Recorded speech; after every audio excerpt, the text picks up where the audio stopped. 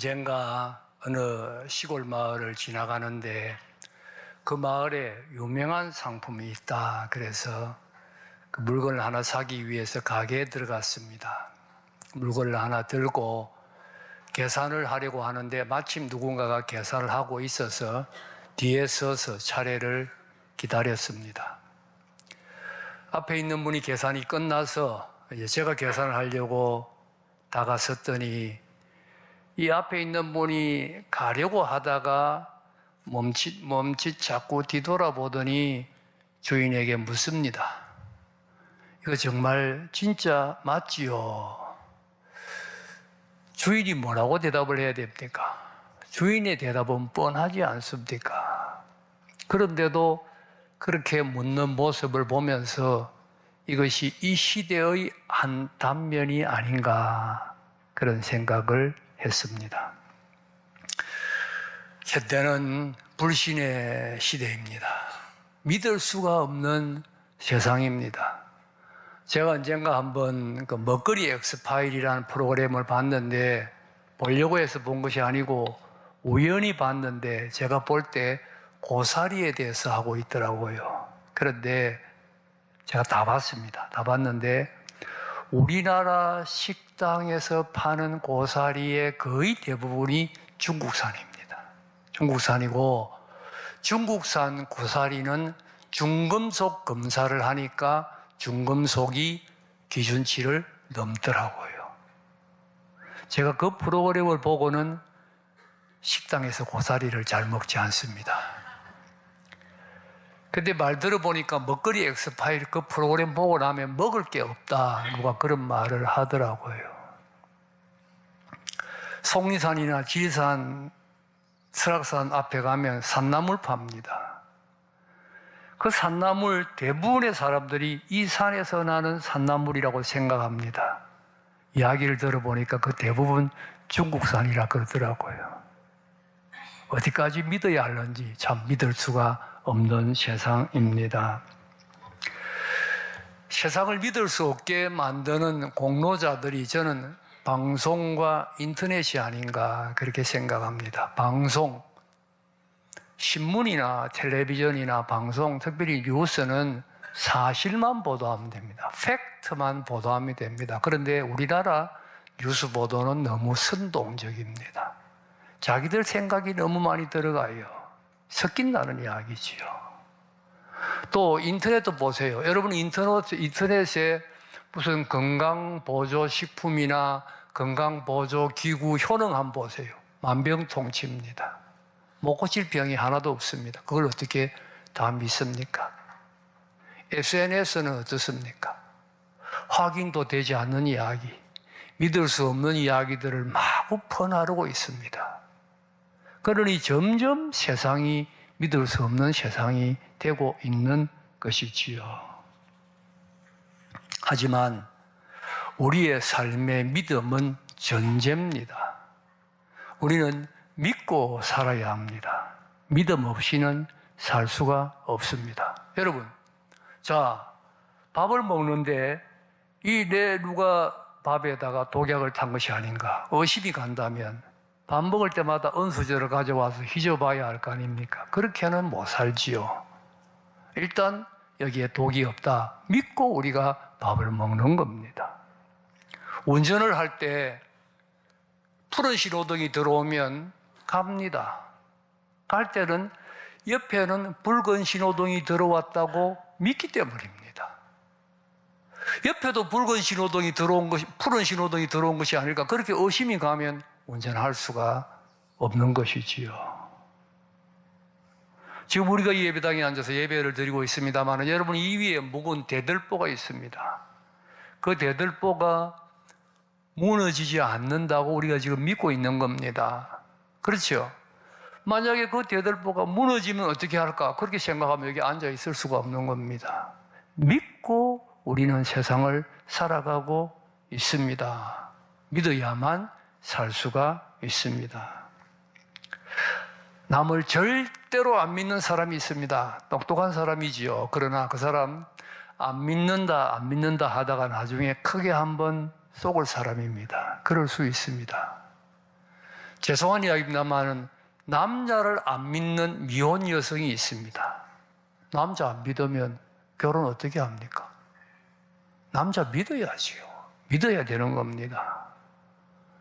모든 사람이 다 마찬가지입니다. 우리가 전부 못 믿겠다, 전부 안 믿는다, 그러면 우리는 망하는 길밖에 없습니다. 믿음은 삶의 기초입니다. 우리의 모든 삶이 믿음이라는 기초 위에 세워져 있습니다. 믿고 살아야 됩니다. 우리는 믿어야 되고 믿을 수 있는 사람이 되어야 되고 또 믿음을 심는 사람이 되어야 합니다.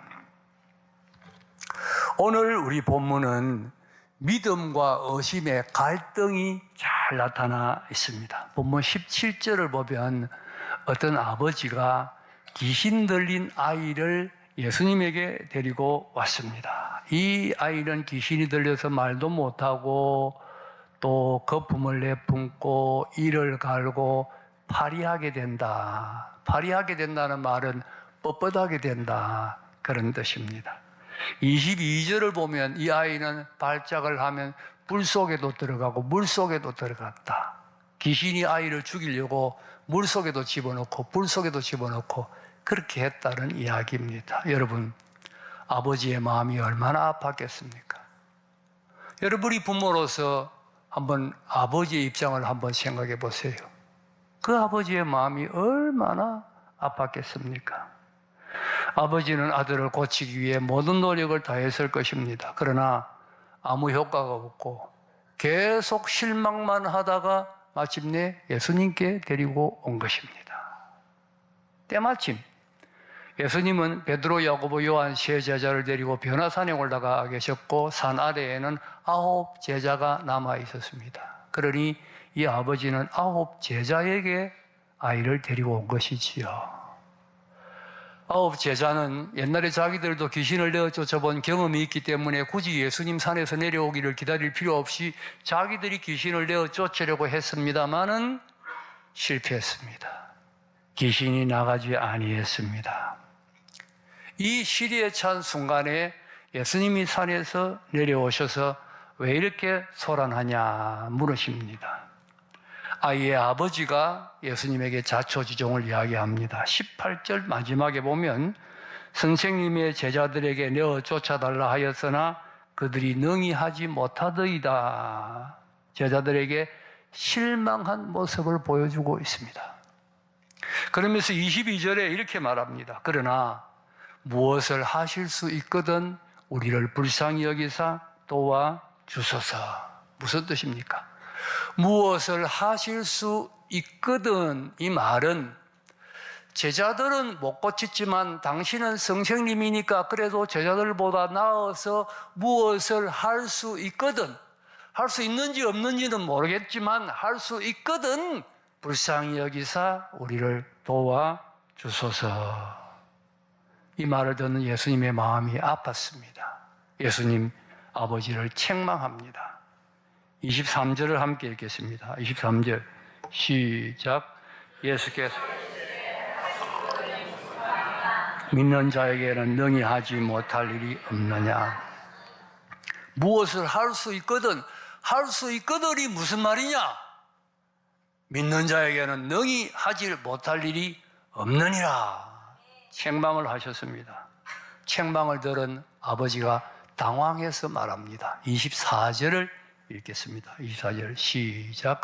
곧 그 아이의 아버지가 소리를 질러 이르되 내가 믿나이다, 나의 믿음 없는 것을 도와주소서 하더라.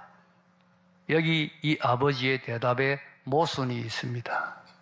예수님께서 할 수 있거든이 무슨 말이냐? 믿는 자에게는 능하지 못할 일이 없느니라 했더니 한다는 말이 내가 믿습니다, 나의 믿음 없는 것을 도와주소서. 여러분, 내가 믿으면 그 다음에 도와줄 필요 없잖아요. 믿는데 뭘 도와준다는 말입니까? 그런데 내가 믿습니다 해놓고 또 그 다음에는 나의 믿음 없는 것을 도와주소서. 그러면 믿는다는 말입니까? 안 믿는다는 말입니까? 예수님께서 할 수 있거든이 무슨 말이냐? 믿는 자에게는 능히 하지 못할 일이 없느니라 하니까 믿어야 되겠거든요. 그러니까 믿습니다 대답을 했는데 안 믿어지는 거예요. 안 믿어지니까 나의 믿음 없는 것을 도와주소서. 그렇게 고백을 하게 되는 것이지요. 여기에 믿음과 의심의 갈등이 잘 나타나고 있습니다. 이 사람이 예수님을 믿지 못하는 데는 그럴 만한 이유가 있습니다. 오늘 이 시간까지 너무 많은 사람들에게 쏘아왔기 때문입니다. 여러분, 그렇지 않겠어요? 이 아버지는 아이를 치료할 수 있다는 소문만 들으면 데리고 갔지 않겠습니까?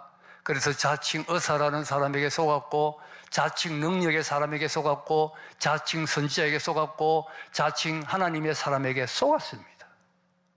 마지막으로 예수님의 제자들에게 또 속았습니다. 이제 이렇게 속고 나서 예수님 만났습니다. 예수님을 어떻게 보아야 하느냐 하는 것입니다. 통계적 진리라는 것은 문제가 있습니다. 여러분, 통계적 진리는 99%가 이렇다 그러면 나머지 1%는 물어볼 필요 없습니다. 나머지 1%도 이렇다 하는 것이 통계적 진리입니다. 다 그렇다는 거예요. 그러나 여러분, 이것은 잘못된 것입니다. 99%가 이렇다 해도 나머지 1%는 아닐 수 있습니다. 아닌 것은 아닙니다. 아닌 것은 아닌 것이 진실이지, 99%가 그렇다고 1%마저 거기에 같이 넣어서는 안 된다는 이야기지요. 많은 사람에게 속았습니다. 그렇다고 또 내가 만난 사람에게 속을 것이다, 그렇게 생각하면 안 된다는 이야기예요. 지금까지 만난 모든 사람에게 내가 다 속았다고 하더라도 새로운 사람 만날 때는 새 믿음을 가지고 만나야 됩니다. 새로운 마음으로, 새로운 믿음으로 그 사람을 만나야 합니다. 여러분, 우리가 이솝우화의 양치는 소년의 이야기를 잘 알지요. 어느 마을에서 양을 치기 위해서 소년을 하나 고용을 했습니다. 늑대로부터 양을 보호하기 위해서. 그런데 이 소년이 장난을 좋아합니다. 늑대가 안 나타났는데 하루는 늑대가 나타났습니다 소리를 질렀습니다. 사람들이 놀래가지고 몽둥이 농기구를 들고는 늑대 잡으러 올라왔는데 보니까 소년이 거짓말했습니다. 속았습니다. 내려갔습니다. 그리고 또 그 다음에 하루는 또 소년이 늑대가 나타났습니다 소리를 지르니까 사람들이 또 농기구를 들고 몽둥이 들고 산에 올라왔는데 보니까 늑대가 안 나타났습니다. 또 속았습니다. 이번에는 진짜 늑대가 나타났습니다. 소년이 늑대가 나타났습니다 소리를 질렀는데 사람들은 아무도 나타나지 아니했습니다. 결국 양이 늑대에 물려 죽고 말았습니다. 거짓말하는 소년이 물론 나쁩니다. 거짓말에서 속았기 때문에 사람들이 그를 믿지 아니한 것입니다. 하지만 여러분, 생각해 보세요. 손해는 누가 보았습니까? 소년이 손해본 것이 아니라 마을 사람들이 손해보았습니다. 마을 사람들의 양이 잡아먹힌 거예요. 몇 번 속았다 하더라도 또 올라와 봐야 했습니다. 또 올라와 봐야 했다는 진리예요. 여러분, 내가 속았다고 다른 사람 의심하고 나도 믿지 아니하고 나도 믿을 수 없는 사람 되고 그러면 이 세상은 의심의 악순환만 반복됩니다. 점점 믿을 수 없는 세상이 되고 맙니다. 누군가는 속을 셈 치고 믿어줘야 됩니다. 어리석은 사람 될 사람 생각 치고 믿어줘야 합니다. 거기에서 이 의심의 악순환이 끊어지는 거예요. 그리고 거기에서 믿을 수 있는 세상이 시작될 수가 있는 것이지요. 더욱이 지금 이 사람이 만난 사람은 예수님이지 않습니까? 불신의 보편화를 예수님에게까지 보편화시켜서는 안 된다는 겁니다. 모든 사람들에게 속았다 하더라도 예수님은 믿어야 된다는 거예요. 예수님은 믿어야 되는데 예수님을 믿지 못해서 그는 예수님으로부터 책망을 받는 것입니다. 여러분, 모든 사람들에게 다 속아도 하나님은 믿어야 됩니다. 그런데 우리도 모르는 사이에 너무 속다 보니까 하나님도 믿지를 못합니다. 전적으로 철저하게 믿지를 못합니다. 하나님도 대충 믿는 거예요. 적당하게 믿는 거예요. 하나님을 정말 전적으로 신뢰하고 100% 의지하지를 못하는 거예요. 너무 사람들에게 쏘아왔기 때문입니다. 어느 교회에 문제가 생겼어요. 바로 예배당 앞에 술집이 생긴 겁니다. 그런데 이 술집에서 밤만 되면 요란하게 노래를 틀고 노래를 부르고 시끄럽게 하니까 은혜가 안 되는 거예요. 그래서 교회에서 기도를 했습니다. 하나님, 저 술집이 망해서 이사를 가든지 불이 나서 이사를 가든지 제발 저 술집이 없어지게 하여 주시옵소서 간절히 기도했습니다. 아니 그랬더니 얼마 안 있어서 진짜로 그 술집에서 불이 난 거예요. 술집 주인이 교회를 고소했습니다.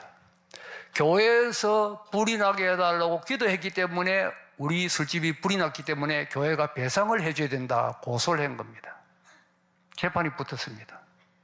판사가 술집 주인에게 묻습니다. 정말로 교회에서 기도해서 불이 난 겁니까? 예, 교회에서 우리 술집 불이 나게 해달라고 기도했기 때문에 불이 났습니다. 이 기도해서 불이 난 겁니다. 목사님에게 묻습니다. 교회에서 기도해서 불이 난 겁니까? 판사님, 이 21세기 대명천지에 불이 나게 해달라고 기도한다고 불이 납니까? 말도 안 되는 소리입니다. 여러분, 술집 주인이 믿음이 있습니까? 목사님이 믿음이 있습니까? 깊이 한번 생각해 보세요. 왜 우리의 삶이 불안합니까? 여러 가지 이유를 말합니다만 근본적인 이유는 믿음이었기 때문이에요. 하나님을 믿지 못하기 때문이에요. 정말 하나님이 나를 사랑하시고 독생자를 주실 만큼 사랑하시고 그 하나님이 나의 모든 환경을 섭리하시고 내 모든 일들을 간섭하시고 인도한다고 믿는다면 염려할 거 없잖아요. 불안할 거 없잖아요. 그런데 하나님을 믿는다고 하면서 자꾸 믿지를 못하는 거예요. 의심이 생기는 거예요. 왜 이럴까? 왜 이럴까? 그래서 불안한 거예요. 여러분, 사람 대하던 마음으로 하나님을 대하면 안 됩니다. 마음을 깨끗이 정리해서 전적으로 믿는 믿음으로 하나님을 대해야 됩니다. 설교도 그래요. 우리가 뉴스 보고 다른 사람하고 대화하고 뭐 잡다한 이야기 듣던 그 마음 그대로 앉아서 설교 들으면 안 됩니다. 마음을 깨끗이 하고 전적으로 믿겠습니다 하는 믿음을 가지고 하나님의 말씀을 들을 때 그 말씀이 내 심령 속에 역사하고 그 말씀을 통하여 내 심령에 믿음이 생겨나게 되는 것이지요. 여러분, 믿어야 합니다. 할 수 있거든이 무슨 말이냐? 믿는 자에게는 능히 하지 못할 일이 없느니라. 믿을 때 이 연실 이대로가 하나님의 능력이 되고 이 연실 이대로 하나님의 역사가 나타나고 이 연실 이대로 하나님의 섭리로 받아들일 수가 있게 된다는 진리예요. 바울에게 육체의 가시가 있었습니다. 괴로웠습니다. 기도했습니다. 그리고는 하나님을 믿었습니다. 믿었더니 그것이 나로 하여금 겸손하게 되고 하나님의 능력이 내 안에 머무게 되는 오히려 하나님의 능력의 원천이 되더라는 거예요. 하나님을 믿었더니. 바울이 감옥에 갇혀서 로마에 갔습니다. 감옥에 갇히기 싫었지만 갇혀서 갔습니다. 괴로웠습니다. 그러나 하나님을 절대적으로 믿었습니다. 믿었더니 그 로마의 감옥에 갇히는 것이 오히려 전도의 방편이 되더라는 거예요. 하나님의 역사가 이루어지더라는 이야기지요. 그렇습니다. 과거의 은혜를 믿을 때 감사하게 되고 현재의 은혜를 믿을 때 하나님의 능력이 나타나게 되고 미래의 은혜를 믿을 때 기뻐하게 되는 것입니다. 하나님의 은혜, 하나님의 사랑, 하나님의 역사, 하나님의 섭리를 믿는 사람에게는 모든 것이 합력하여 선을 이룹니다. 염려할 거 없습니다. 모든 것 다 하나님께 맡길 수가 있는 것이지요. 말 그대로 믿는 자에게 능치 못할 일이 없습니다. 하나님을 믿어야 합니다. 이렇게 하나님을 믿고 하나님을 믿은 다음에는 사람도 믿어야 합니다. 많이 속았습니다. 그래도 우리는 믿어야 합니다. 그래서 이 믿을 수 없는 세상에서 우리 그리스도인은 믿음을 심는 사람이 되어야 합니다. 이것이 이 불신 시대를 살아가는 우리의 사명입니다. 우리가 사람을 믿어주고 우리가 믿을 수 있는 사람이 되므로 믿음을 심어가야 합니다. 믿을 수 있는 가정, 믿을 수 있는 교회, 믿을 수 있는 세상이 되게 해야 한다는 진리지요. CEO가 되는 길이라는 책이 있습니다. CEO가 되는 길. 원래 이 책 제목은 Lessons from the Top. 탑 CEO에서 배우는 교훈, 이런 책 제목인데 우리말로는 CEO가 되는 길, 이렇게 번역을 했습니다. 내용은 세계적인 탑 CEO 경영자 50명을 연구 분석한 책입니다. 그런데 그 책 내용 속에 재미있는 이야기가 한 가지가 있습니다. 세계적인 경영자 50명 중에 많은 사람들이 자기가 이렇게 훌륭한 경영자가, 탑 경영자가 될 수 있었던 비결 중에 하나가 어머니가 자기를 믿어주셨기 때문이다, 그렇게 이야기를 했습니다. 자기가 장난꾸러기 시절에, 개구장이 시절에, 또 자기가 좀 잘못 어긋난 길로 나가서 그럴 때에 사람들이 다 자기를 안 믿어줬지만 어머니는 자기를 믿어주었다는 거예요. 자기가 잘못했습니다. 계속 잘못했습니다. 그런데 앞으로 잘하겠습니다. 그러면 어머니는 그 말을 그대로 믿어주었다는 거예요. 그 어머니의 믿음이 얼마나 고마웠는지 모르고 그 믿음이 자기들로 하여금 이런 훌륭한 사람이 될 수 있겠다, 이렇게 고백을 하고 있습니다. 여러분, 자녀들을 믿어주세요. 남편을 믿어주고 아내를 믿어주고 다른 사람을 믿어주세요. 믿어주는 것이 얼마나 중요한 이야기인지 모릅니다. 여러분, 예수님의 제자들을 한번 생각해 보십시오. 예수님의 제자들은 예수님 지상에 계실 때 한심하기 짝이 없었죠. 예수님의 사역을 이해하지를 못했고 예수님의 말씀도 이해하지를 못했고 심지어 예수님이 잡히시기 전날, 잡히시는 그날 밤에도 서로 누가 높은 자리에 앉느냐 자리 다툼까지 하고 한 한심하기 짝이 없는 제자들이었습니다. 그런데 예수님께서 이제 구속사역을 이루시고 부활하고 성천하신 다음에 제자들이 예수님의 사역을 다 깨닫게 되는 거지요. 예수님이 자기들을 어떻게 대해줬는가 하는 것을 하나씩 하나씩 다 깨닫게 되는 겁니다. 그러면 한번 생각해 보세요. 여러분, 제자들이 예수님의 말씀과 예수님의 사역을 다 깨닫게 되었을 때 무엇이 제일 고마웠겠어요? 예수님의 무엇이 제일 감동스러웠겠어요? 이런 한심한, 자기들이 생각해도 한심하기 짝이 없는 자기들을 믿어주신 예수님이 고마웠지 않겠습니까? 이런 한심하기 짝이 없는 자기들을 끝까지 믿어주신 예수님이 감동스러웠지 않겠습니까? 그 사실을 깨달을 때 이제는 그 예수님 앞에 내가 믿을 수 있는 사람이 돼야지 하게 될 것이고, 그 예수님의 은혜가 고마워서 예수님을 위하여 생명까지 버리는 사람이 되는 것입니다. 뿐만 아니라 그들도 사람 믿는 것이 중요하다는 것을 생각하고 사람을 믿게 되는 것이지요. 그 대표적인 사례가 예루살렘 교회 7 집사를 세웠을 때 믿고 완전히 다 맡겨버리잖아요. 믿는 사람들이 되었던 거예요. 믿는 사람들이. 여러분, 우리는 사람을 믿어야 됩니다. 다시 한번 자녀를 믿고 남편을 믿고 아내를 믿고 성도들을 믿읍시다. 이 불신 시대의 사람을 믿음으로 믿음을 심는 사람들이 되어야 됩니다. 우리는 확실히 불신 시대를 살아가고 있습니다. 무엇보다 중요한 것은 하나님을 확실히 믿는 겁니다. 하나님을 전적으로 믿는 겁니다. 하나님을 믿고 의지하고 흔들리지 마십시오. 하나님을 믿고 모든 환경에서 승리해야 됩니다. 그리고 사람들도 믿으십시다. 이제는 사람들도 믿는, 하나님을 믿고 사람들을 믿는 믿음의 사람이 되어야 합니다.